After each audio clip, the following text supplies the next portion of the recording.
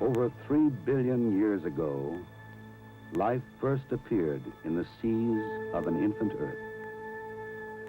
Over 400 million years ago, living creatures left the protective waters to begin life on land. About 2 million years ago, the earliest man walked upright on the land. 204 years ago, James Watt made improvements to the steam engine and began the age of technology, forever altering the course of man. 66 years ago, two men named Wright again changed the pattern of life on this planet. Today, men first left the protective atmosphere of Earth to walk in the vacuum of the moon.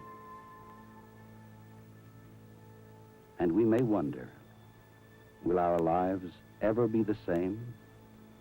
Will future generations look back from the Earth, from another planet, from another star, and say, this was the beginning?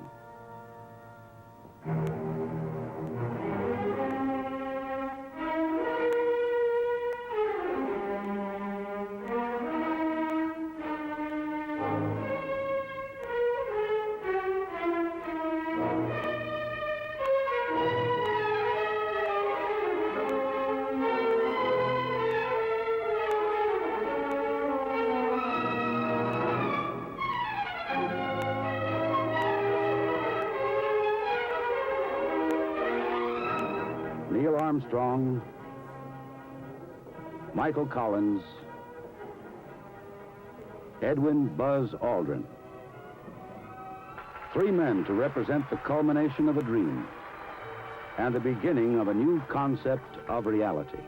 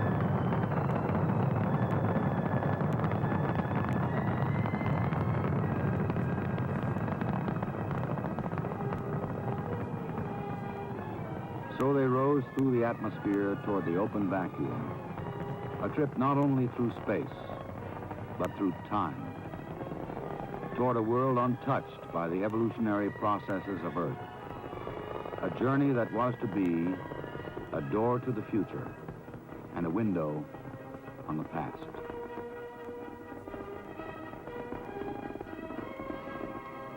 Now in Earth orbit, it was time for translunar injection, the start of the trip out. Apollo 11, this is Houston. Slightly less than 1 minute to ignition, and everything is go. Roger. Ignition. We confirm ignition, and the thrust is go.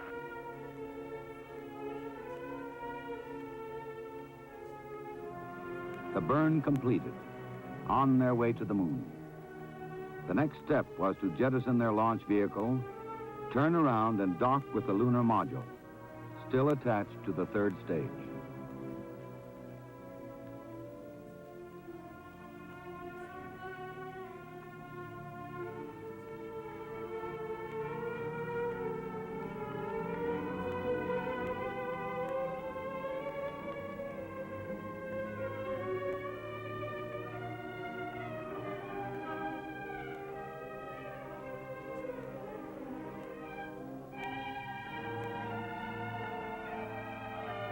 Pulling free now of the useless third stage, they continue their coasting flight. Hi, Houston, Apollo 11. How many miles out do you have it now? Roughly about 50,000. A beautiful sight. So they coasted toward the moon. As Jason sought the Golden Fleece to regain a kingdom, these three sought a cargo of knowledge to gain a kingdom for all men, a kingdom of infinite frontier. Then on July 19th, 1969, Apollo 11 prepared for LOI, lunar orbit insertion. 11, this is Houston. You are go for LOI, over. Roger, go for LOI. And we've had loss of signal as Apollo 11 goes behind the moon. Now those of us on the Earth waited for the radio signal to be acquired as Armstrong, Collins, and Aldrin emerged from their first transit behind the moon. Apollo 11, this is Houston. How do you read? Reading you loud and clear, Houston. LOI.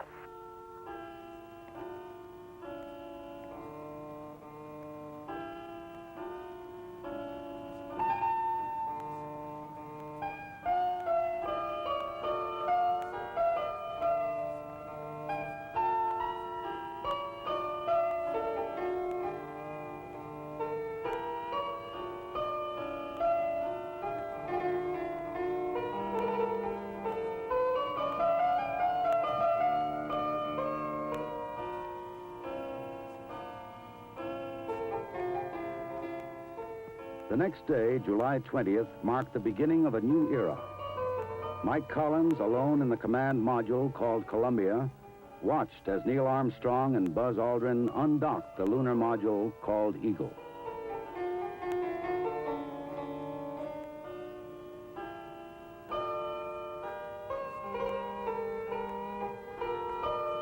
As the Eagle rotated slowly, Collins inspected it carefully. For now it was time for the descent to the surface of the moon and into history.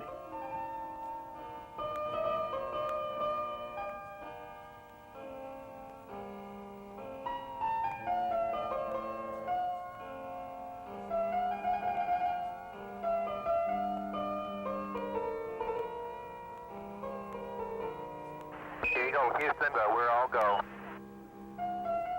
How does it look? Neil? Eagle has wings. Roger. Looking good. Roger, Neil. A separation maneuver had placed the command module below the Eagle, so that half an orbit later, there would be a safe clearance for DOI, Descent Orbit Insertion. Armstrong and Aldrin looked down at Columbia as they passed over the landing site. Eagle, Houston, you're a go for DOI, over.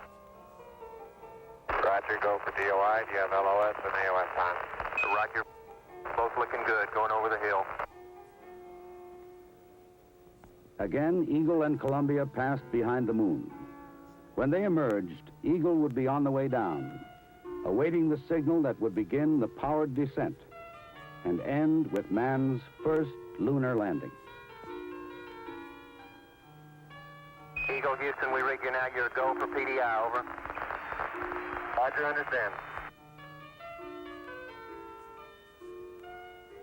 At the Earth, right out our front window.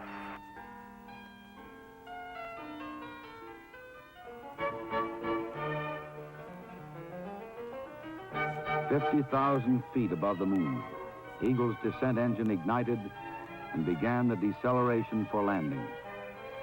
As they descended, Armstrong and Aldrin watched the craters and mountains of the moon pass beneath them.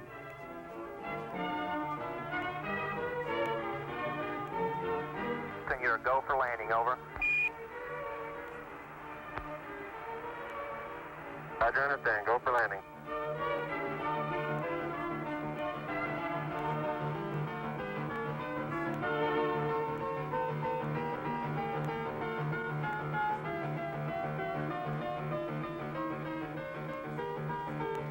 At this point, the Eagle rolled onto its back to give the landing radar surface acquisition. Now the crew was flying blind, hurtling toward the lunar surface. Only their instruments and the voice of mission control telling them where they were, until the slow pitch maneuver brought the lunar horizon to their view.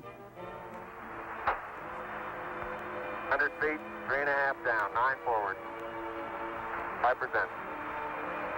185. 75 feet. There's looking good, down a half. 6 forward.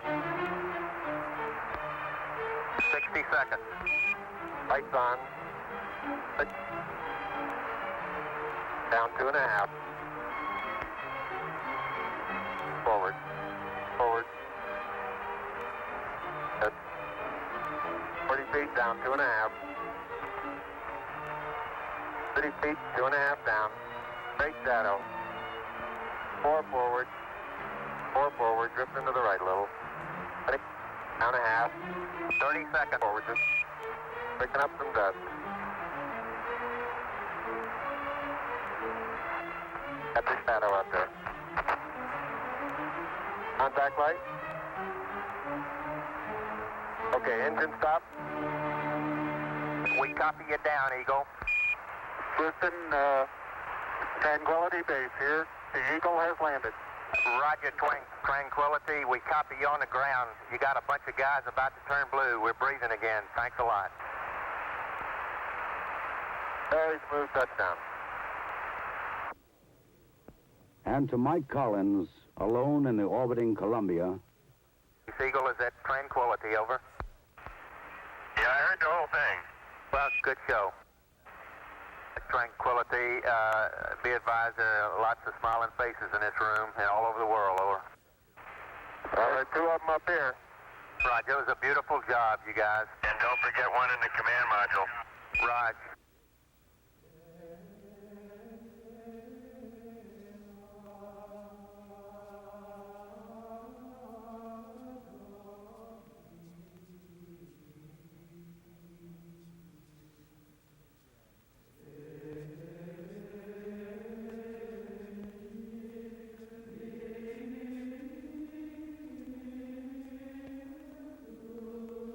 Now, we'll get to the details of what's around here, but it looks like a collection of just about every variety of shape, angularity, granularity, but every variety of rock you could find. There doesn't appear to be too much of a general color at all. We see some angular blocks out several hundred feet in front of us that are probably 2 feet in size and have angular edges. Now in the lesser gravity of the moon, Armstrong and Aldrin donned their equipment and prepared to explore this stark, lonely world. Do you think you can open the hatch at this pressure, about 0.12 psi? We're going to try it. Roger.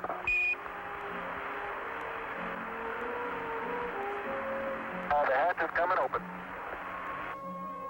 Guided by Buzz Aldrin, Neil Armstrong in his bulky suit worked his way through the Eagle's forward hatch. How am I doing? You're doing fine.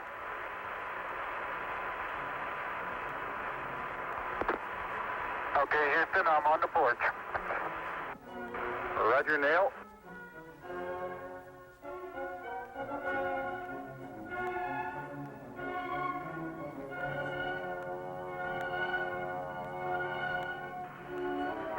getting a picture on the TV.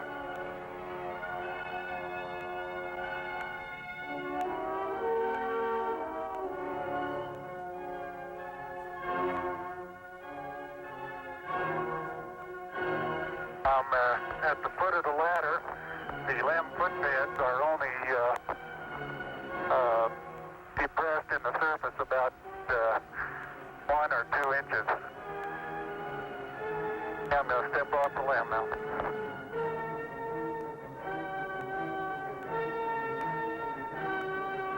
That's one small step for man, one giant leap for mankind.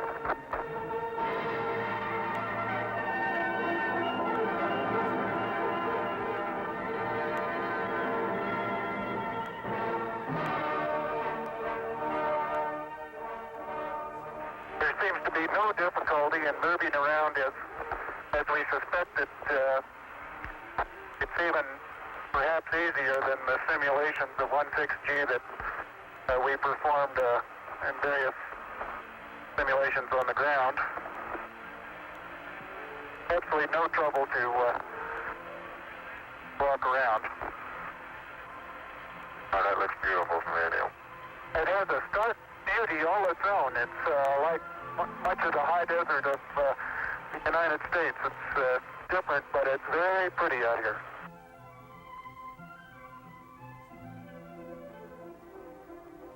Armstrong next set about taking pictures and collecting a contingency sample of lunar soil.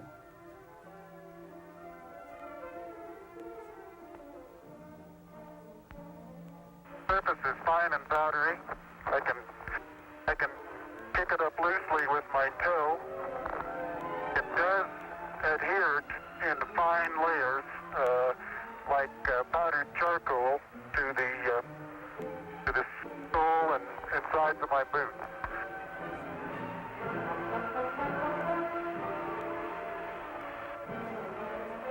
I only go in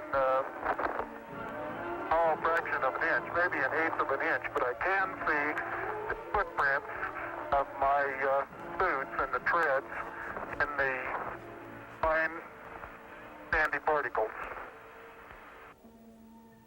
Then it was time for Aldrin to join him.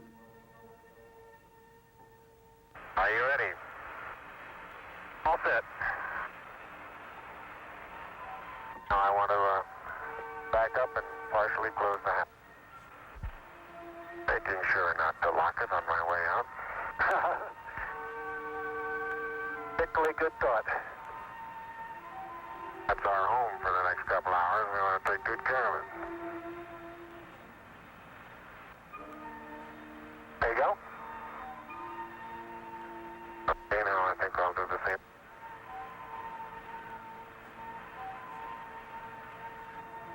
There you got it. That's a good step. Yep. About a 3-footer. Beautiful view. Isn't that something? Magnificent sight out here. Isn't it fine? Then the first man on the moon read a plaque attached to a leg of the eagle. A plaque representing the philosophy of a nation that itself, less than 2 centuries earlier, had been thought by many so-called practical men an impractical dream. Underneath it says, "Dear men from the planet Earth, first set foot upon the moon, July 1969 AD. It came in peace for all mankind." It has the crew members' signatures and the signature of the President of the United States. And as we watched them plant the flag of the United States in the lunar soil, we perhaps wondered, what dream dreamt today by what impractical dreamer will be tomorrow's reality?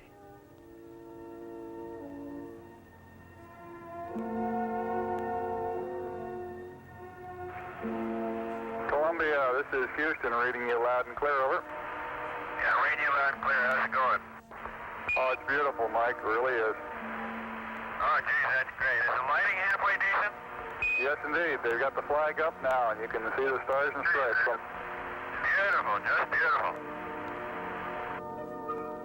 Now Buzz Aldrin developed the choreography for future lunar explorers, the steps with which those who follow will traverse the moon. All right, you do have to be rather careful to keep track of where your center of mass is. Sometimes it takes about 2 or 3 paces to make sure that you've got your feet underneath you. And about 2 or 3 or maybe 4 easy paces can bring you to a fairly smooth stop. Like a football player, you just have to put out to the side and cut a little bit.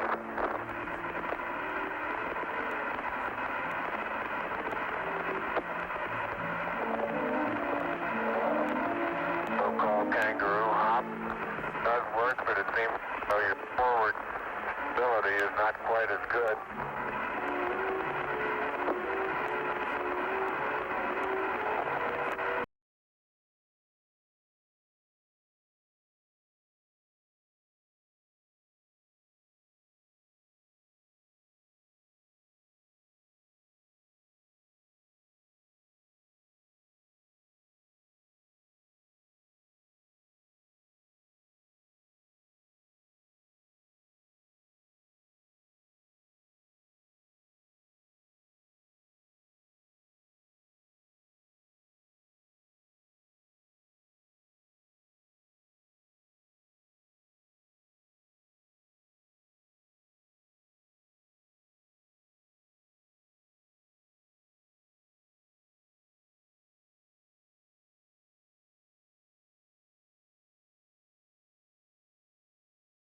In the whole history of man.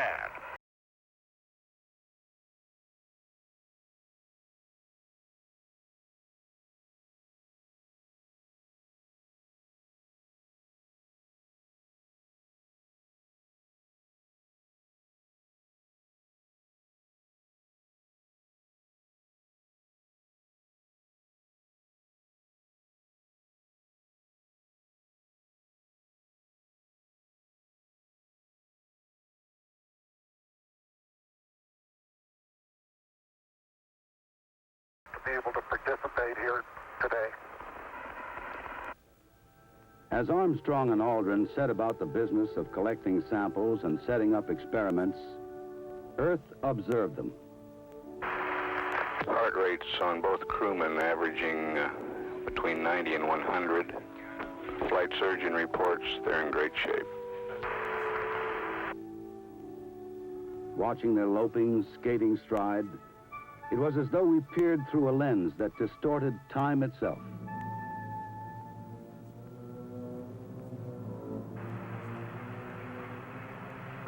Houston, I don't think there's any hope of using this leveling device to come up with an accurate level. Roger 11, press on. I believe the ball is right in the middle now. Wonderful. Take a picture before it moves. So they went about their tasks of exploration, aliens on a distant world. And, strangely enough, they looked as if they belonged there.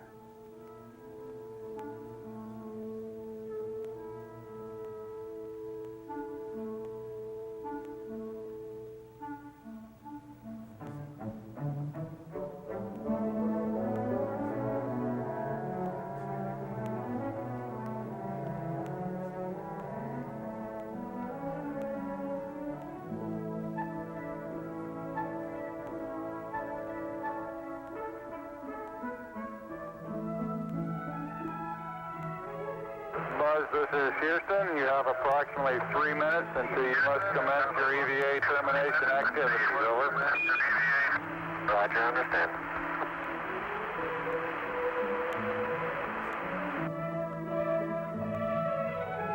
It was now time to leave the dusty lunar plain, stow the experiment, samples, and photographs to be returned to Earth.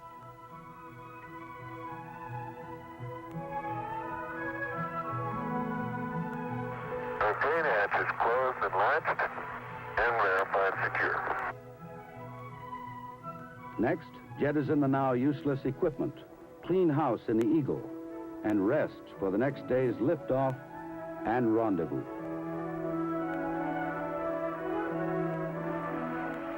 Eagle and Columbia, this is the backup crew. Our congratulations to yesterday's performance, and our prayers are with you for the rendezvous. Over. Thank you, Jim. Thank you, Jim. For liftoff, the ascent engine would push the Eagle into orbit. For this one maneuver, this engine would have to work. There was no alternative. We listened to the countdown from the moon. Our guidance recommendation is pings, and you're cleared for takeoff. Roger, understand. We're number 1 on the runway. 9, 8, 7, 6, 5, work stage, engine arm ascent, proceed.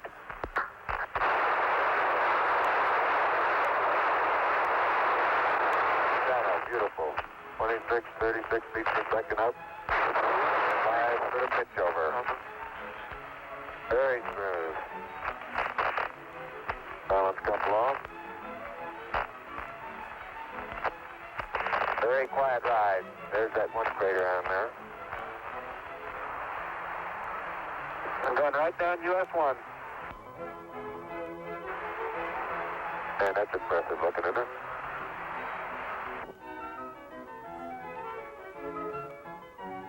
So they departed Tranquility Base, pushed toward orbit by the ascent engine, up and away from man's first firm extraterrestrial foothold, across the harsh, pitted landscape of the moon.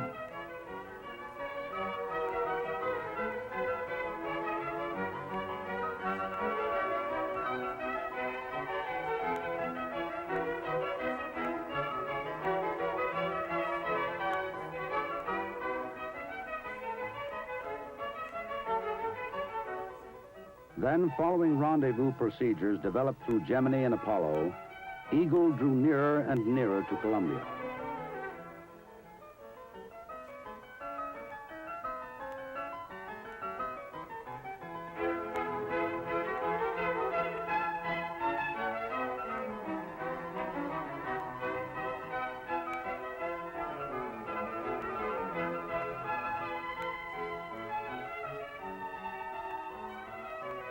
Alone in Columbia, Mike Collins watched the Eagle's climb, its flashing beacon of friendly signal. For hours he had kept his vigil. Now his companions were returning.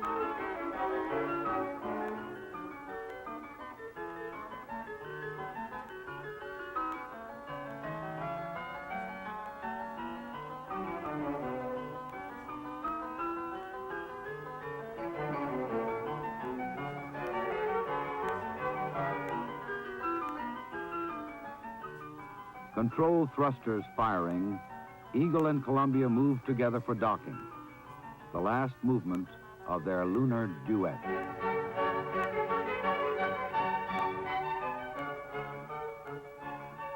After the docking, the transfer of the crew and their precious samples of the moon to Columbia, the ascent stage of the Eagle was jettisoned. It was time for the final burn in lunar orbit, trans-Earth injection. TEI. Again, we waited for Apollo 11 to emerge from behind the moon, coming home. Hello, Apollo 11, Houston, how did it go, over? Time to open up the LRL doors, Charlie. Roger, we got you coming home. On the way home. Neil Armstrong, Mike Collins, and Buzz Aldrin. Then, on July 24th, the crew of Apollo 11 witnessed a final sunset over Earth's horizon and prepared for entry. You're cleared for landing. Roger, gears down and locked. See you later.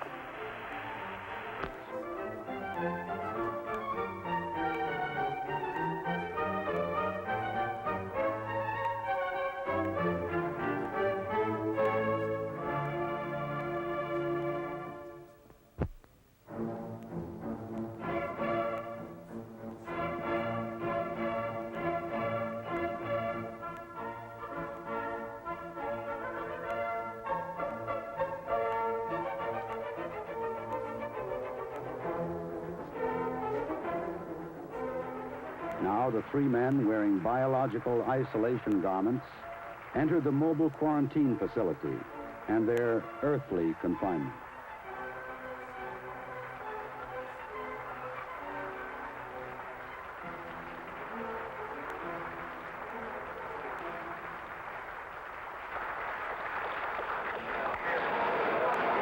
Neil, Buzz, and Mike, I want you to know that I think I'm the luckiest man in the world.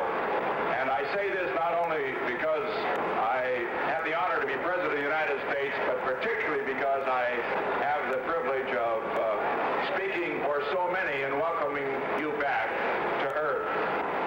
As a result of what you've done, the world's never been closer together before. And we just thank you for that.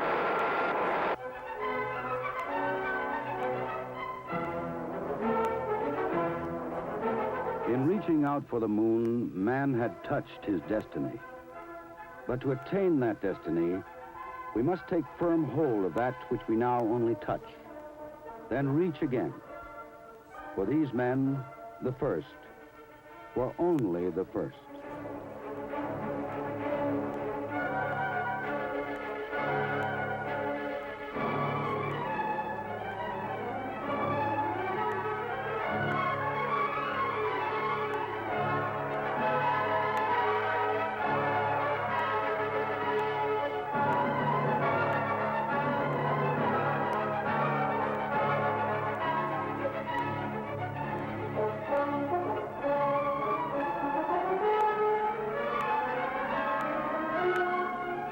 From the moon, Earth exists as a warm, colorful sanctuary in the airless black of space.